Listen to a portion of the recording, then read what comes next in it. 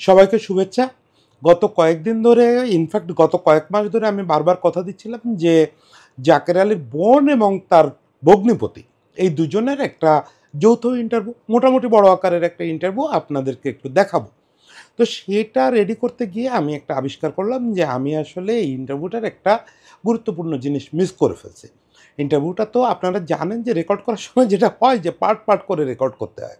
আর আমি যেহেতু খুবই নন প্রফেশনাল একজন মানুষ এবং বেশিরভাগ জিনিস মনে রাখতে পারি না, ফলে এইটার একটা সুন্দর ইন্ট্রো করছিলাম, বেশ ঢং টং করে একটা ইন্ট্রো শ্যুট করছিলাম, সেটা হারায় ফেলছি। কিন্তু উপরওয়ালার অশেষ রহমত যে মূল ইন্টারভিউটা আছে, তো সেই মূল ইন্টারভিউটা আপনাদের দেখাবো, কিন্তু ইন্ট্রো যেহেতু হারায় ফেলছি ফলে দুজনের একটু পরিচয় দিতে হবে।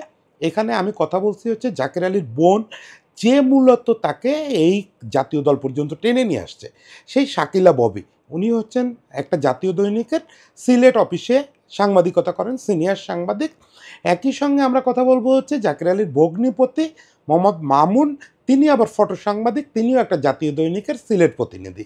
এই দুজন, বুঝতে পারতেছেন জুটিটা কেমন, একজন সাংবাদিক একজন ফটো সাংবাদিক, এবং তাদের ছোট ভাই জাকের আলী, যাকে হচ্ছে একদম আক্ষরিক অর্থে শাকিলা আপু মাঠে নিয়ে গেছেন, মাঠে নিয়ে গিয়ে ক্রিকেট খেলা শিখাচ্ছেন এবং তারা ক্রিকেট খেলা শেখাতে গিয়ে নিজেও ক্রিকেট খেলা শিখছেন। এবং এরকম অনেক সব মজার তথ্য আমরা এই ইন্টারভিউতে শুনবো। ওই যে একটা মিসিং শুধু ইন্ট্রোটা নেই, বাকিটা সব ঠিক আছে। তো আসেন মূল ইন্টারভিউতে চলে যাই। ওকে আপু, যেটা শুনতে চাই বেসিক্যালি, পুরো বাংলাদেশে যেটা হইচই ফেলাই দিছিল যে জাকের আলী যখন বিপিএল এ খুব ভালো করলো, তারপরে প্রথম সিলেটে খেলতে আসলো, এসে ও যখন খুব ভালো পারফর্ম করলো, প্রেস কনফারেন্স অনেক সাংবাদিক ছিলেন, তার ভেতরে আপনিও ছিলেন। সবাই প্রশ্ন করেছে, আপনিও প্রশ্ন করেছেন। তখন যেটা সারা দেশ অবাক হয়ে জানলো যে আপনি হচ্ছেন তার আপন বোন। তো এই ফিলটা কেমন ছিল, ভাইকে প্রশ্ন করার ওই ফিলিংটা কেমন ছিল? এটা আসলে মানে আমার জন্য আসলে স্বপ্নের মতোই ছিল। কারণ হচ্ছে কি, অনেক যখন খুব রান করলো, আমি প্রেস বক্সে ছিলাম, তখন অন্যান্য মিডিয়া কর্মী যারা ছিলেন, বিশেষ করে ঢাকার সাংবাদিক যারা ছিলেন, সবাই আসলে জিনিসটা জেনে গেলেন যে আমার লোকাল সাংবাদিক মারফত সবাই যখন অনেক ভালো রান করলো আমাকে বলছে, "এই তোর ভাই রান করছে, তোর ভাই রান করছে।" অন্যান্যরা দেখতেছেন কি তোর ভাই মানে মানে ও জাকির আলী অনিকের আপন বোন, মানে অন্য জার্নালিস্টরা বলতেছে। তখন তো আসলে প্রেস রুমের ভিতরে একটা হইচই পড়ে গেল, সবাই এসে বলতেছে, "আপু আমার সাথে একটু ইয়ার পরে একটু কথা বলতে হবে, একটু কথা।" আমি আসলে প্রথম থেকে বুঝি নাই যে আসলে ব্যাপারটা কি হতে যাচ্ছে, বা এইভাবে যে ক্যামেরা ফেস করতে হবে এটা আমার রিয়েলাইজেশন ছিল না। আমি জাস্ট নর্মালি আমার জবের খাতিরে আমি গেছি, যেহেতু ভাইয়ের খেলা, আর একটু মানে ইয়ে করে গেছি যে ভাইয়ের খেলাটা দেখবো, রিপোর্টিং এর একটা অংশ, আমি যেহেতু এখানে সাংবাদিকতা করি। তো যখন দেখলাম ও রান করছে, জিনিস বিষয়টা জানাজানি হয়ে গেল প্রেস বক্সে, সবাই আমার এসে বলতেছেন, "আপু ইয়ার পরে আমাকে একটু ইন্টারভিউ দেবেন, আমাকে একটু।" বাট ইন্টারভিউর আকারটা যে এত ব্যাপক আকার হবে, এইভাবে যে সাংবাদিক আমাকে ঘিরে ধরবে, আসলে এইটা আমি মানে কল্পনা করি নাই। তো একটা পর্যায়ে খেলা শেষ হওয়ার পরে হচ্ছে যে সবাই সাথে কথা বলতেছি, প্রচুর সাংবাদিক ভাই যারা আসলে তারা আমার কলিগ, সবাই সাথে কথা বলতেছি। ইন দ্যাট টাইম হঠাৎ আমি বলে রাখছিলাম যে আমার হাজব্যান্ডকে, উনি নিজেও ফটো জার্নালিস্ট, যে উনি প্রেস কনফারেন্স যদি আজকে অনিক আসে, আমি কিন্তু মাস্ট বি অ্যাটেন্ড করবো প্রেস কনফারেন্স, কারণ ওখানে আমি ওকে প্রশ্ন করবো। এটা মানে এটা আমার একটা ইচ্ছা যে আমার ভাই সংবাদ সম্মেলনে আসবে এবং আমি প্রশ্ন করবো। নর্মালি তো আসলে এরকম হওয়ার কথা না যে অন্য কেউ প্রেস কনফারেন্সে আসতে পারতো, বাট যেহেতু আজকে অনেক ভালো রান করছিল, তো আমার কাছে কেন জানি মনে হচ্ছিল অনেককে পাঠাবে ওরা। সো আমার কাছে মনে হচ্ছে যে না, আমি আজকে must be press conference attend করবো। নর্মালি আসলে আমরা যারা লোকাল সাংবাদিক খুব একটা প্রেস কনফারেন্স অ্যাটেন্ড করি না, আমরা খেলা দেখে, খেলা রিপোর্ট নিয়ে বা ওই যে আমরা শিটগুলো নিয়ে আমরা চলে যাই। তো আমি একটা টিভির সামনেই তখন ইন্টারভিউ ছিলাম, খুব সম্ভবত আপনার যমুনা বা 24 বা এখন টিভি হবে, বাট ওই দিন মানে ওই সময়টাতে আমাকে বলা হলো যে প্রেস কনফারেন্সে অনেক আসতেছে। তখন আমি বললাম, "ভাই আমি এখনের ইন্টারভিউটা পরে দিই, আমি আমার স্বপ্নটা পূরণ করি।"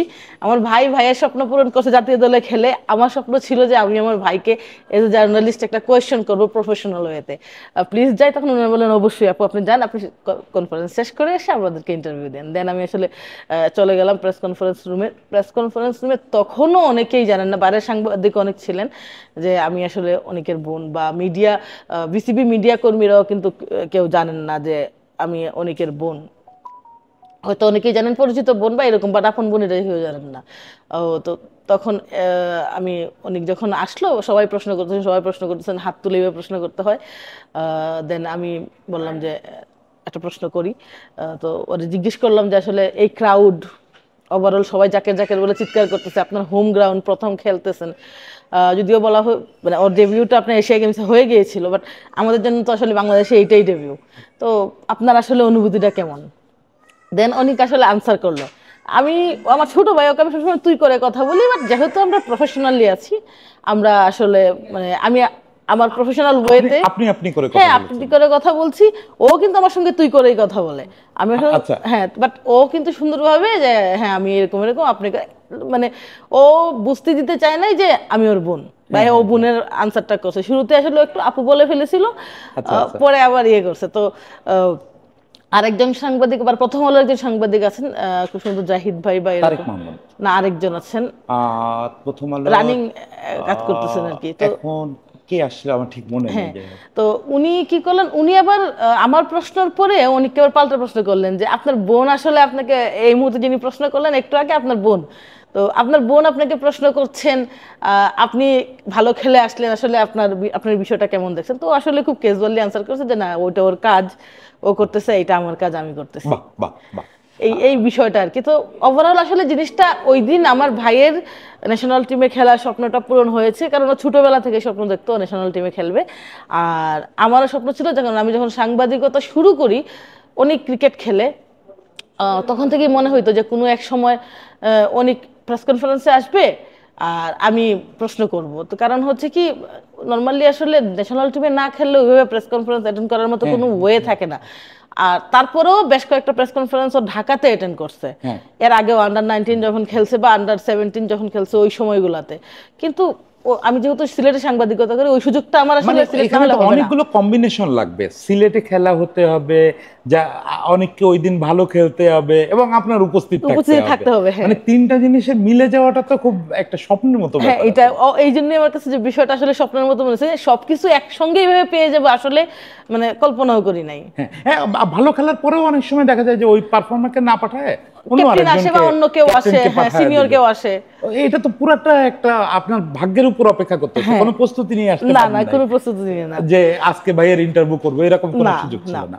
একটা ছবি দেখছিলাম কোনো ফেসবুকে বা কোথাও, যে আপনি পরে বোধহয় ওর একটা এক্সক্লুসিভ ইন্টারভিউ নিচ্ছেন। হ্যাঁ, এরকম একটা ছবি দেখছিলাম। হ্যাঁ, ওই দিন আসলে খুব সম্ভবত নারী দিবস ছিল।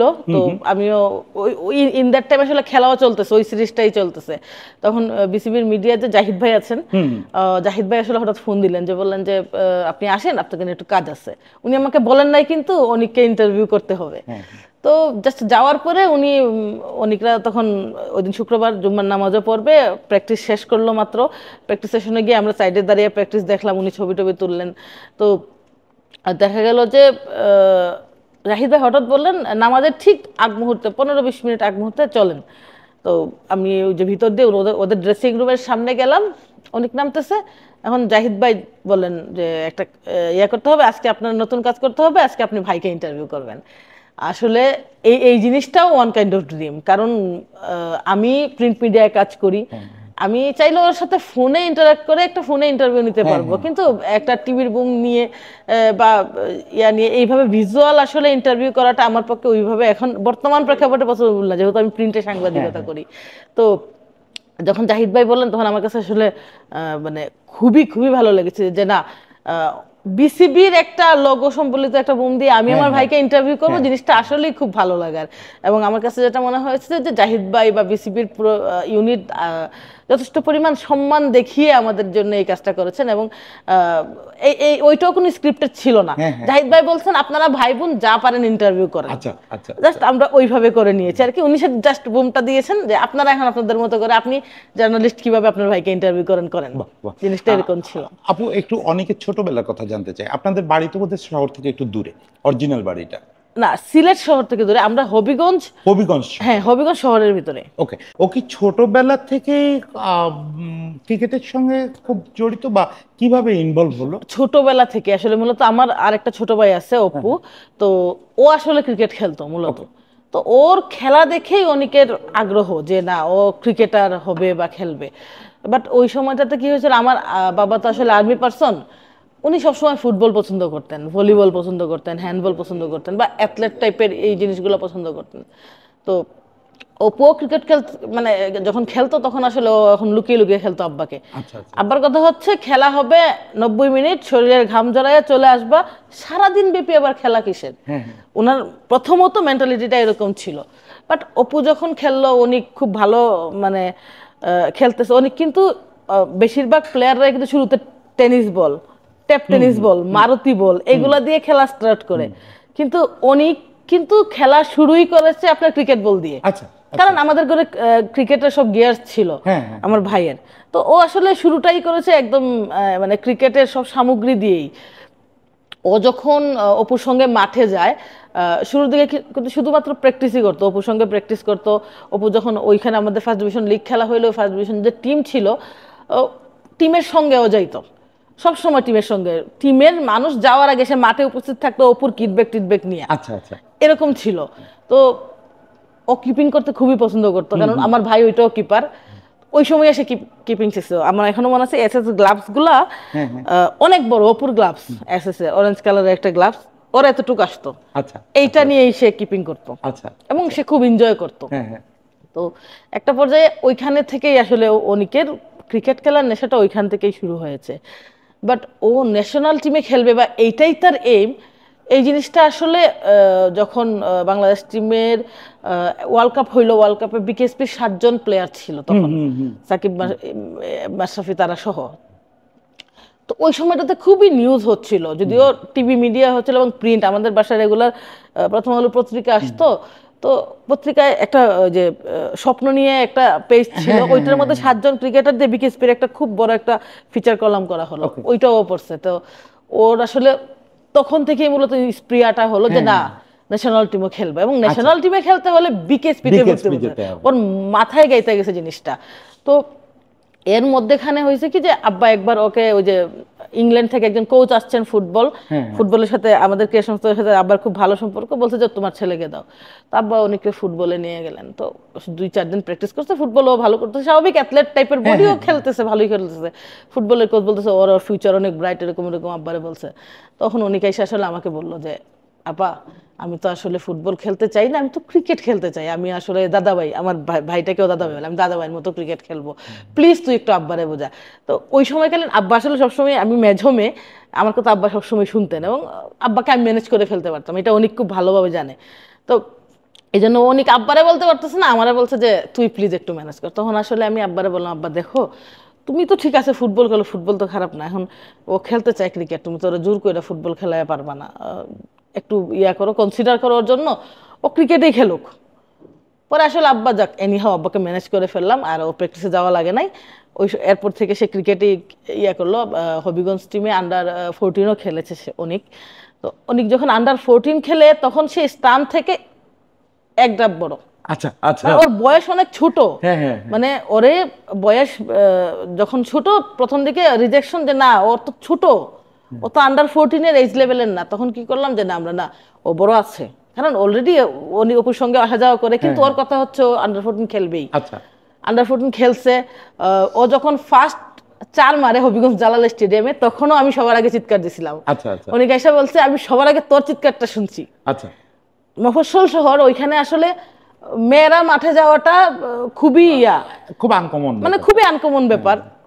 সিলেটের প্রেক্ষাপটে তো আরো ডিফারেন্ট। তো আমি নিজেও অ্যাথলেট ছিলাম, আমি নিজেও স্কুলে খেলাধুলা করেছি, এবং আমি নিজেও ক্রিকেটার ছিলাম, হবিগঞ্জ জাতীয় দলের ক্যাপ্টেন ছিলাম। তো ওই সময় না, অনেক যে সময় খেলে ওই সময় না, এর অনেক পরে হয়েছি, মানে বলা যায় অনেকটা অনেককে মাঠে নিয়ে ঘুরতে ঘুরতে আমার ক্রিকেটের প্রতি নেশা, আমি খেলেছি। তো ওই সময় যখন মাঠে গিয়ে বসে থাকতাম অনেকের জন্য, তখন সবাই আমার দিকে তাকায় থাকতো।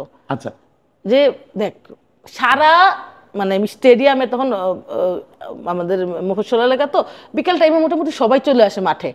আর যখন আন্ডার-14 খেলা হয়, এজ লেভেলে খেলা হয়, তখন তো বাইরের টিম আছে, সিলেট, মৌলভীবাজার, অন্যান্য টিমগুলো যায়। তখন অন্যান্য টিম, যেমন মৌলভীবাজার হলে মৌলভীবাজার বাস ভর্তি মানুষ নিয়ে, তারা দর্শক নিয়ে আসে।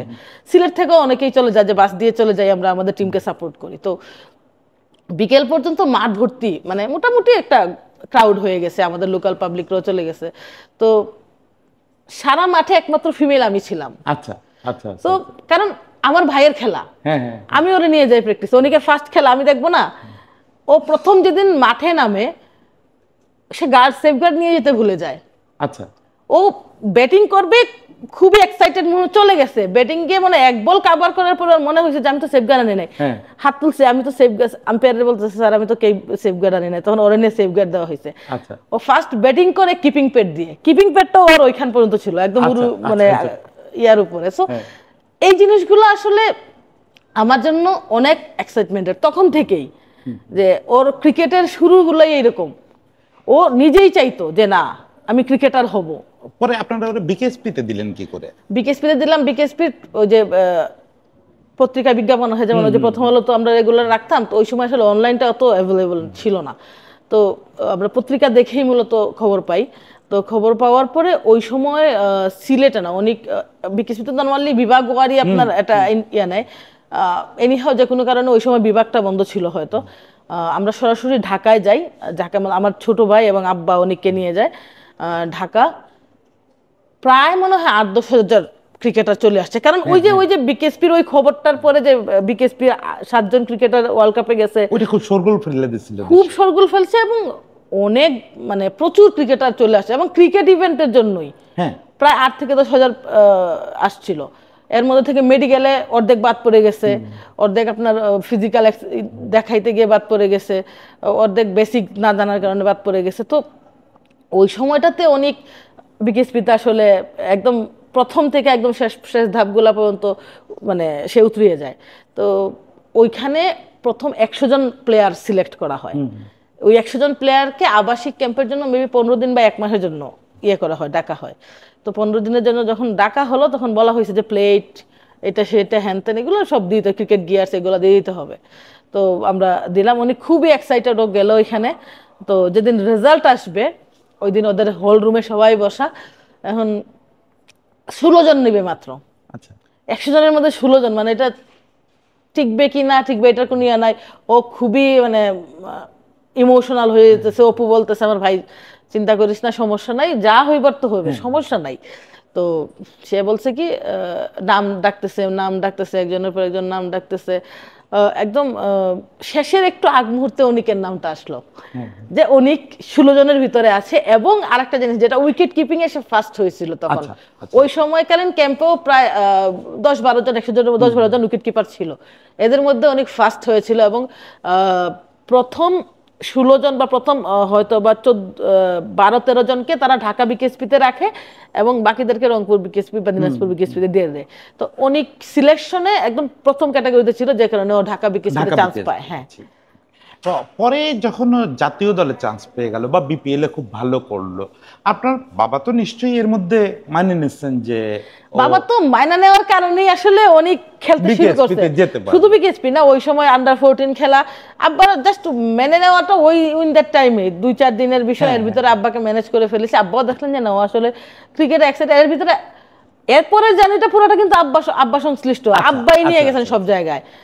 আমি যেমন মাঠে ছিলাম কন্টিনিউয়াসলি, কিন্তু আমার আব্বাও থাকতেন, যখনই উনার কাজের ফাঁকে ফাঁকে উনি সুযোগ পাইতেন তখনও কিন্তু উনি থাকতেন। ক্রিকেট গিয়ার্স দেওয়া বা ঢাকা নিয়ে যাওয়া, বিকেএসপিতে ঢাকা আব্বা নিয়ে গেছেন, এই জিনিসগুলো আব্বাই করেছেন। আপনাদের কি মনে হচ্ছে যে ও আসলে ন্যাশনাল লেভেল মেক করতে পারবে, ইন্টারন্যাশনাল খেলে ফেলবে? আপনারা ওর উপর এই বিশ্বাস? হ্যাঁ, ওর উপর আসলে আমাদের ফ্যামিলির সবারই এই বিশ্বাস ছিল। আমি বলবো আসলে আমাদের ফ্যামিলির না, আমাদের হবিগঞ্জের সবার এই বিশ্বাস ছিল যে অনিক একদিন ন্যাশনাল টিমে খেলবে। কারণ অনিকের ছোটবেলার খেলাগুলো আমাদের এলাকার মানুষজন দেখছে, আমাদের যারা ক্রিকেট সংশ্লিষ্ট, ক্রীড়া সংস্থা সংশ্লিষ্ট সবাই তো অনিকের খেলা দেখছে, ওর ডেডিকেশনটা দেখছে, ওর যে প্যাশনটা দেখছে সবাই, যে না ওর কি পরিমাণ আকাঙ্ক্ষা খেলার জন্য, ওইটা দেখে আসলে সবাই মনে করতো যে না অনিক একদিন ন্যাশনাল টিমে খেলবে। আমাদের এলাকার মানুষ যেমন মনে করতো, আমরা তো আর চোখের সামনেও বড় হয়েছে যে আমরা দেখছি ওর খেলার জন্য ওর যে ত্যাগ, মানে ও বিকেএসপিতে ভর্তি হওয়ার পরে ওর যে পরিমাণ মানে ও শ্রম দিয়েছে, বা ও যে পরিমাণ আমাদের সাথে একটা ভাই, যেমন অনিকরে আমরা ক্লাস 7-এ ভর্তি করে দিয়েছি। ক্লাস 7 আর কত বড়, এত বড়, ও প্রতি বছরে একবার আসতো, আমরা তোমায় বড় হয়ে গেছে, এই বড় হয়ে গেছে, হঠাৎ দেখতাম আসলো তার গু ফুটে গেছে। ওর কিন্তু বড় হওয়াটা আমরা দেখি নাই, আমাদের চোখের সামনে না, ওটা বিকেএসপিতে হয়েছে, বিকেএসপির কোচদের সামনে, স্যারদের সামনে হয়েছে, ওর ফ্রেন্ডদের সামনে।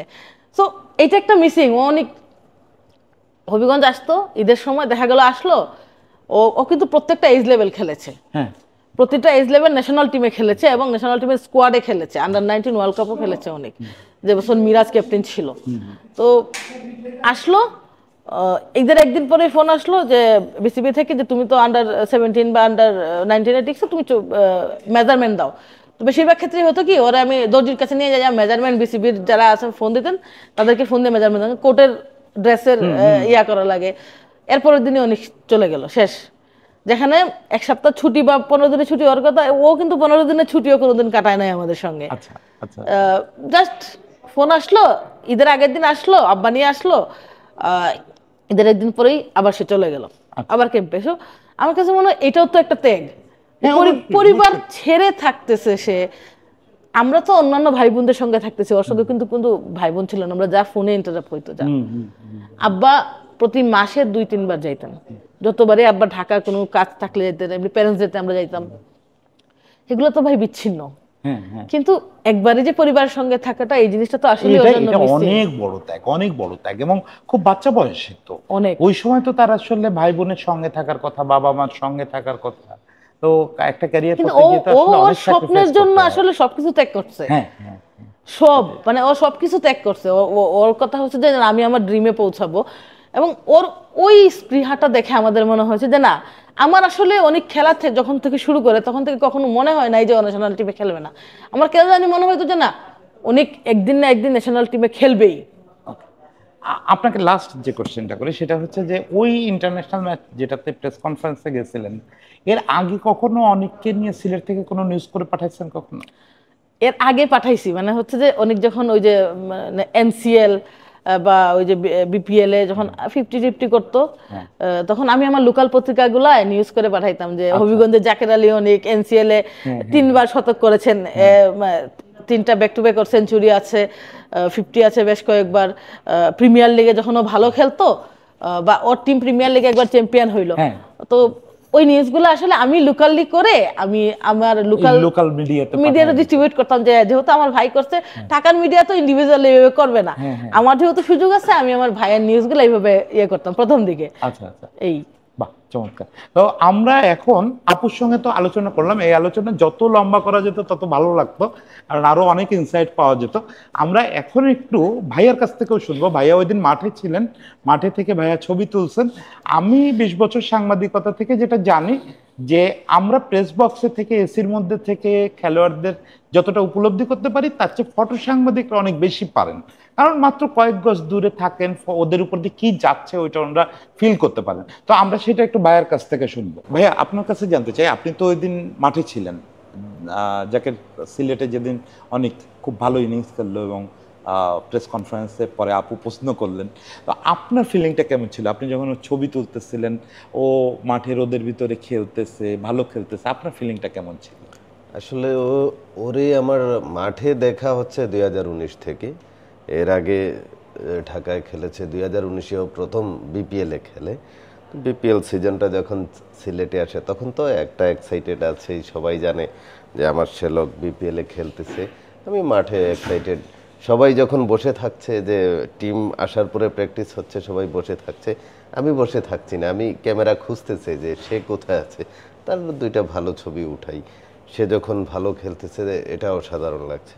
এবং যেদিন ন্যাশনাল টিমে ডেবিউটা হলো, ডেবিউটা আমি একটু দেরি হওয়ার কারণে ওর ডেবিউট ছবিটা তুলতে পারিনি, মাঠের মধ্যখানে ছিল এবং সব দিকে প্লেয়াররা ছিল যখন ওর ডেবিউ ক্যাপটা দেয়, ওই ছবিটা আমি তুলতে পারিনি। তারপরে যখন ম্যাচ শুরু হলো, অন্য ধরনের একটা এক্সাইটমেন্ট ছিল আমার লেন্সে। ওই দিন একটু ইয়ে ছিল, আমার পাশে মনির ভাই ছিলেন এফপির। মনির ভাই আমি বলছি, ভাই আজকে আমার কিছু ভালো ছবি দিতে হবে। এই বলে যখন শুরু করলাম, প্রথম কয়টা বল গেল যে খেলতেছে, আচ্ছা খেলুক। হঠাৎ করে ও একটা 6 মারল। তো 6 মারার পরে আমি মনির বাইরে পেলাম, ভাই আমার লেন্সে একটু প্রবলেম করতেছে, ওই দিন কুয়াশা ছিল, তো একটু প্রবলেম করতেছে, আপনি কিন্তু আমারে ভালো ছবি দিতে হবে আজকে। বলছে আচ্ছা দিব না, যা। এরপরে আরেকটা 6 মারলো সে আমাদের এইদিকে, আচ্ছা ঠিক আমাদের মাথার উপর দিয়ে, ছাতার উপর দিয়ে গেল।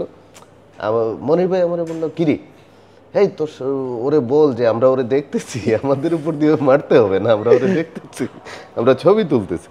তারপরে মোটামুটি একটু কুয়াশা কেটে গেল, তখন আমারও ছবি ভালো হওয়া শুরু করলো। আস্তে আস্তে তো আর সবাই দেখলো, দুর্দান্ত একটা ইনিংস খেললো। যখন হাফ সেঞ্চুরি করলো তখন একটা হাত উঠাইলো, ও আমার ওই ছবিটা সবচেয়ে ভালো হয়েছিল। যে হাফ সেঞ্চুরি করলো উদযাপনের ছবিটা আমি ইয়ে করেও রাখছি বা ওদের বাসায় দিছি, ওদের বাসায় এটা বড় করে টাঙানো আছে ছবিটি। আচ্ছা, তো এই মোটামুটি আমাদের আজকের ইয়ে ছিল, আলোচনা ছিল।